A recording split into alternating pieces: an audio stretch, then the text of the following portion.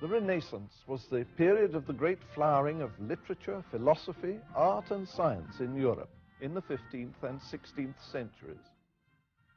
For mathematicians, it's especially associated with the rediscovery of Greek learning, following the translation of Euclid and other Greek mathematical works into Latin, both from the Greek and from Arabic translations. But all this has tended to overshadow another and parallel tradition of vernacular works, that is, works written in the languages of the people, concerned not with scholastic learning, but with the practical problems of commerce and everyday life. These works were also responsible for the popularizing of the Hindu-Arabic numerals in Europe, and for the demise of the counting board and the cumbersome Roman numerals. It's this tradition that we're now going to look at, examining some of the calculation methods used and tracing the numerals back via the Arabs to India.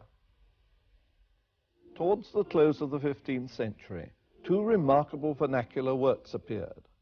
One, published in Venice, had considerable influence. The other, written in Lyon, remained virtually unknown for almost 400 years. The author of the Italian work was a friar, Luca Pacioli.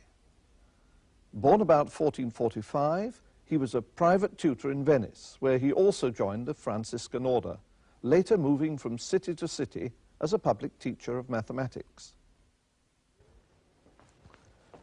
Here in Cambridge University Library, we have his most influential work, the Summa de Arithmetica, Geometria, Proportioni et Proportionalita. It's a summary of the basic mathematical knowledge of the time, printed in 1494, just 16 years after the first printed arithmetic published in Treviso, near Venice. To our modern eyes, it's a difficult book, with its 600 pages of close print and its unfamiliar abbreviations. The geometrical section is just elementary geometry with practical applications. But the section on commercial arithmetic is famous for the first published account of double-entry bookkeeping. But here we're concerned with arithmetic and algebra. So let's look at where Pacioli is discussing problem solving using algebraic methods. In solving a commercial problem, Pacioli arrives at this expression. Let's interpret it. First, co is short for cosa, literally thing, the unknown quantity, Rx. So here he has a half x. Ce is short for censo, a square, that is, the square of the unknown. P is short for più, plus. There's no symbol for equals, here it's written in words. In solving this equation, he gets this. Here, capital R means radice, the root of whatever immediately follows. The men is meno, minus, often written just as the letter M. So this means root 625 minus 1, which is just 24. In another problem, when he wants to express the square root of a series of terms, he uses this symbol. He calls it the radice universale. It just means this. But now, let's look at this. Here, he's using a small letter r to mean the square root of the number immediately following. But what we can't tell, except from the context, is where the end of the first universal root is. In fact, the expression means this, but it could just as well have been this. He also uses r to denote powers, but his first power means rx to the power of naught, his second power rx, and so on. We have to take great care reading Pacioli's text. The other important vernacular work was written by a Frenchman, Nicolas Chouquet. We learn from his manuscript that he was a Parisian, a bachelor in medicine, and that he lived in Lyon. We also know that he was a professional letter writer and an algorist, a teacher of calculation. Chouquet's manuscript consists of a three-part work on arithmetic and algebra called the Tripati, plus an appendix of problems, a geometry, and a commercial arithmetic. It's remarkable for its innovations, especially in notation and in the algebraic methods used. Here, for instance, Shuké is simplifying an algebraic equation.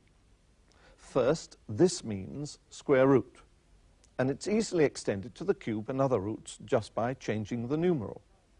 Also, he uses underlining to show precisely what a root acts on. Here's p for plus again, but don't be misled by these indices.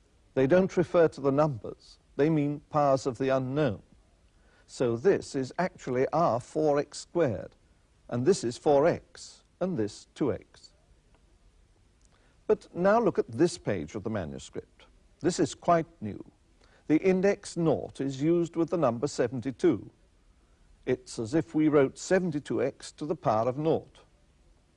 It's divided by 8(3), our 8x cubed. Shuké's result is 9(3m), that is, our 9x to the power of -3. And it's clear that he understood a negative index as a reciprocal. This is quite remarkable for his day. Shuké's symbolism was way ahead of its time, but it had little influence on the subsequent development of notation.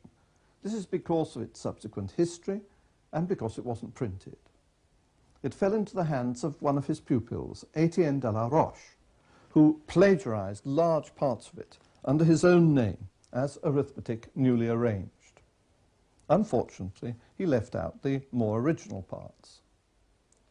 Shuké's manuscript had a checkered career until its rediscovery in the 19th century. From these 2 pages, we can tell that it passed through a number of private libraries, eventually ending up in the Bibliothèque Nationale in Paris. But the library catalogues gave no hint of Shuké's algebra. So when the Tripati was published in 1880, it created a sensation, for Shuké had been entirely forgotten. Pacioli's Summa is in a long tradition of vernacular Italian works in which problems of commerce played an important role. In fact, Shuké's work is also linked to the same tradition. We know Lyon was an important center of the spice trade between the Middle East and Western Europe, and that it had a large Italian colony. This tradition of Italian manuscripts, stretching back to the 13th century, has been largely ignored until recently. They all owe much of their inspiration to one particular work, the Liber Abaci, written in 1202 by Leonardo of Pisa, often known as Fibonacci. Here it is, in a printed form published in 1857. It's mostly remembered today for a sequence of numbers now called the Fibonacci sequence. It arises out of a problem concerning the breeding of rabbits. Each number is the sum of the preceding 2 numbers. It's remarkable because of the number of ways in which it turns up in nature, but its mathematical properties weren't appreciated by Leonardo or his contemporaries. They became known only in the 19th century. What's of more interest to us is that the Liber Abaci revolutionized the low-level mathematics of the West by promoting the Hindu-Arabic numerals and the methods of calculation that went with them. Leonardo was born in Pisa around 1170, a member of the Bonacci family, hence Fibonacci. He tells us about his life in the preface to the Liber Abaci. He was brought up in North Africa, where his father was a local official in the Italian trading colony at Bougie. From a Muslim teacher, he learnt calculation using the Hindu-Arabic numerals. He traveled extensively on business trips before returning to Pisa to write the Liber Abaci and other works. He appreciated the benefits for merchants in calculating with the Hindu-Arabic numerals, which were far easier to use than Roman numerals. One great advantage over the counting board, the abacus, was that there was a record of stages of calculations which could be checked. The manuscript begins by describing the basic arithmetical operations using the new numbers. Here's the result of the multiplication of 37 by 49. Leonardo then checks this, using a method known as casting out nines. We first add the digits of each of the numbers to be multiplied. 9 and 4 is 13. We then cast out the 9. That is, we divide by 9, leaving remainder 4. 7 and 3 is 10. Divide by 9, and the remainder is 1. Now for the product. 8 and 1 and 1 and 3 is 13. Divide by 9, and the remainder is 4. We now just check that the product of these two remainders is the same as the remainder from the overall product, which it is. Here, Leonardo writes that his calculation is proved by the number 4. One problem-solving method used by medieval mathematicians and promoted by Leonardo was the rule of double false position. Let's look at a typical example. A merchant travels between 3 cities in Italy. He goes from Lucca to Florence and then on to Pisa. In each city, he doubles the amount of money he entered with and then spends 10 denarii. He ends up with no money. So how much did he start with? We begin with a guess. Suppose he starts off with 12 denarii. At Lucca, he doubles this to 24. And then spends 10, leaving 14. At Florence, he doubles this to 28, spends 10, leaving 18. At Pisa, he doubles this to 36, spends 10, leaving 26. So at the end of his travels, he's left with 26 denarii, which is 26 too much. So we make a second guess. Suppose instead he starts off with 11 denarii. It turns out he now finishes with 18. There was a standard diagram for getting the final answer. We put the guesses on the right and the amount by which the answers were wrong on the left. We now just follow the diagram like this.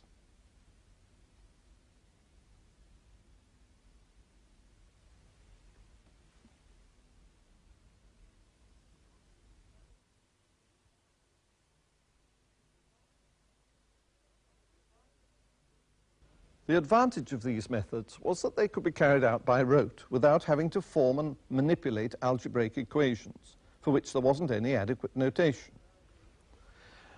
Now, the Liber Abaci owed its inspiration to Latin translations of Arabic works, and especially of an arithmetic and an algebra, written by the great 9th century Islamic astronomer and mathematician, al-Khwarizmi. His family came from Khwarezm, hence al-Khwarizmi. We know that he was a member of the House of Wisdom, a scientific community in Baghdad, established at a time when both Greek and Indian works were being translated and studied. His arithmetic is lost in its original form and exists only in Latin versions, but the algebra exists in its original Arabic as well as in Latin. Its fuller title is Al-Jabr wal Muqabala. The modern word algebra is derived from the first word in the title. Al-Jabr literally means completion and referred to the process of eliminating negative quantities by addition to both sides of an equation. Here, by Al-Jabr, we eliminate the minus 10x on the right by adding 10x to both sides. The word al-Muqabala meant balancing and referred to the process of eliminating positive terms by subtraction. Here, by al-Muqabala, we take 3x squared from both sides to give this. Of course, al-Khwarizmi didn't have our algebraic shorthand at his disposal. His equation would be written out in this form. But by the methods of al-Jabr and al-Muqabala, all quadratic problems could be reduced to one of these 6 types, with the coefficients always positive, as mathematicians didn't generally accept the existence of negative quantities. A negative length, for example, was inconceivable to them. Here's how al-Khwarizmi justifies his solution to this equation. he first draws the square of the unknown. We call this side x. Now he adds the equivalent of 10x, 4 rectangles around the edges, each of area 2.5x. So this area is equal to the left-hand side of the equation, which is equal to 39. Now he completes the square by adding 4 squares, each of area 6.25.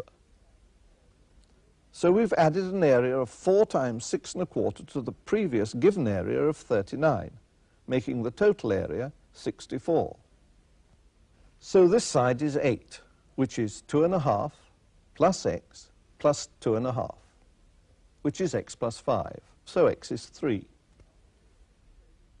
Al-Khwarizmi was able to justify methods for solving the other types of quadratic equation using similar drawings.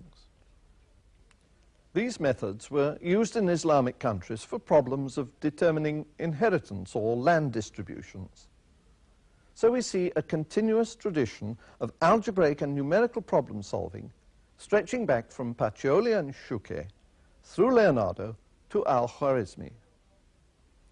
Although Al-Khwarizmi wrote his quadratic equations entirely in words, he did know about the Hindu-Arabic numerals. Indeed, we know from the Latin versions that his arithmetic introduced them.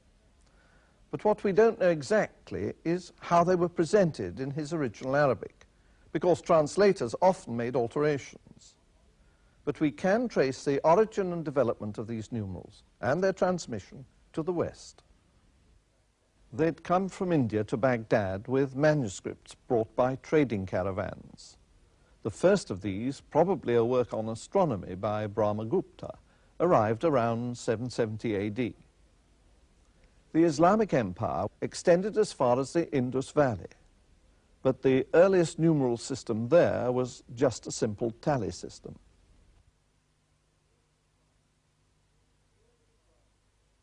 Here are the Brahmi numerals from the 1st century BC. There are distinct numerals for 1 to 9, though 2 and 3 are of the tally type. Then 10 to 90 are distinct, and also 100 and 1,000. Multiples of 100 and 1,000 are just combinations with unit symbols. We can begin to see some of our own numerals taking shape, especially 6 and 7. There's no 0, because place value wasn't yet involved. By the late 6th century AD, these numerals had developed into the Nagari numerals. It's not difficult to see how these came from the older Brahmi ones.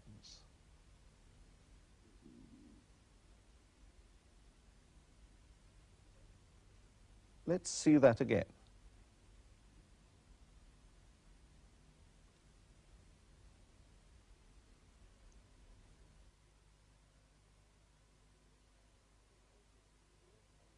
Notice 2 and 3 are very like our own forms. The Nagari numerals were used with the place value principle, so separate symbols were only required for 1 to 9. The position of the digit determined its value. So that here, for instance, we have the symbols 3, 4, and 6 to represent 346. Place value also made it essential to have a 0. Here's a 7th century example from as far away as Cambodia, the number 605. The 0 is represented by a dot. The earliest reference to the numerals west of India was by a 7th century Syrian scholar, the Nestorian bishop Severus Sebokht. He refers to what he calls the Indian subtle discoveries in astronomy, including calculation with 9 symbols. After the arrival of the Brahmagupta manuscript into Baghdad, the existing Arabic system was replaced by the Hindu numerals, which in the Islamic world gradually evolved into 2 separate forms.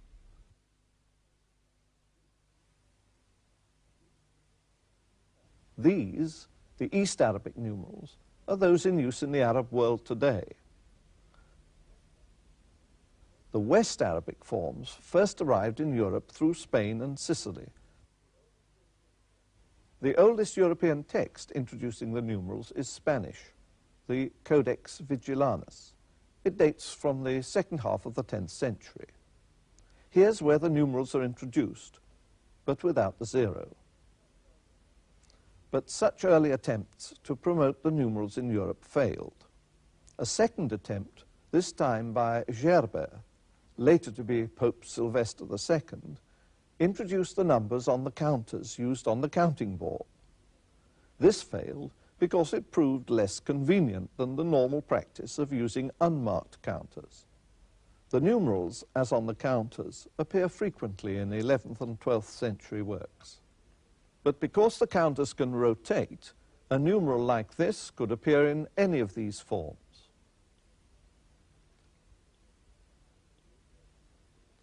With the appearance of the Liber Abaci in 1202, the written arithmetic began to compete seriously in Europe with the counting board and the Roman numerals. For some 200 years, a battle raged between the innovating algorists and the conservative abacists. Here in this 16th century woodcut, the contest is delightfully portrayed as being between Pythagoras, using the abacus, and Boethius as the algorist, with Dame Arithmetica looking on. The sour look on Pythagoras' face shows that he's the loser. The eventual victory of the algorists was delayed not only by conservative opposition, but also by suspicion on the part of the banking community, which issued dire warnings about the ease with which the numerals could be falsified. An edict was passed in Italy requiring sums of money to be written out in words, as well as in the numerals. And we still write out our checks like that today. But as knowledge of the written calculation method spread, so did the realization of the advantages over the counting board and Roman numerals. The Hindu-Arabic forms continued to be written in many different ways, as we can see from this table, compiled from medieval manuscripts. It was only when printing became commonplace that the forms of the numerals standardized into those we know today. There's one final stage we can trace in the story of the Hindu-Arabic numerals, that of decimal fractions. The early users of the numerals didn't extend them to fractions, though Islamic scholars did provide the first impetus when they expressed the fractional part of highly accurate computations of pi with denominators which were powers of 10. Sometimes the denominators were omitted and a vertical bar was used to separate the fractional part from the whole number. This practice of omitting denominators was continued in Europe, but no general extension to fractions was possible until a popular account was available. This was provided by Simon Stevin, a Flemish engineer, who was also responsible for introducing Pacioli's double-entry bookkeeping into the Low Countries. In 1585, he produced a pamphlet entitled De Tiende, or La Dîme in the French version, the 10th part. Here he explained for the first time calculation with decimal fractions. We see from these pages how he indicated the units place, and then tenths, hundredths, and so on. All that's missing is our decimal point, which makes the circled numbers superfluous. This came in the form of a colon, a line, a comma, or a dot, within a few years of Stevin's work, and thus completed the decimal numeral system which we all use today.